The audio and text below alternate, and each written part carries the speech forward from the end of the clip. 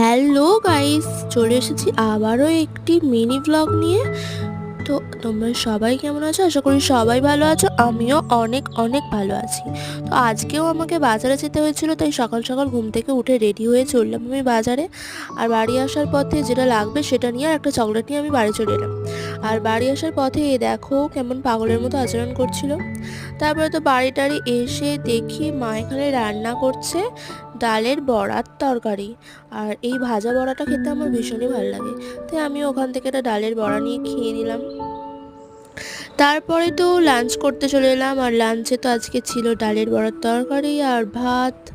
আর একটা জিনিস ছিল কিন্তু আমি সেটা খাইনি, তাই নামটাও জানি না।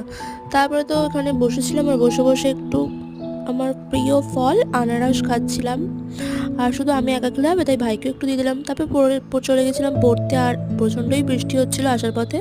চলো আজকের ভিডিওটা এখানে শেষ করলাম, বাই।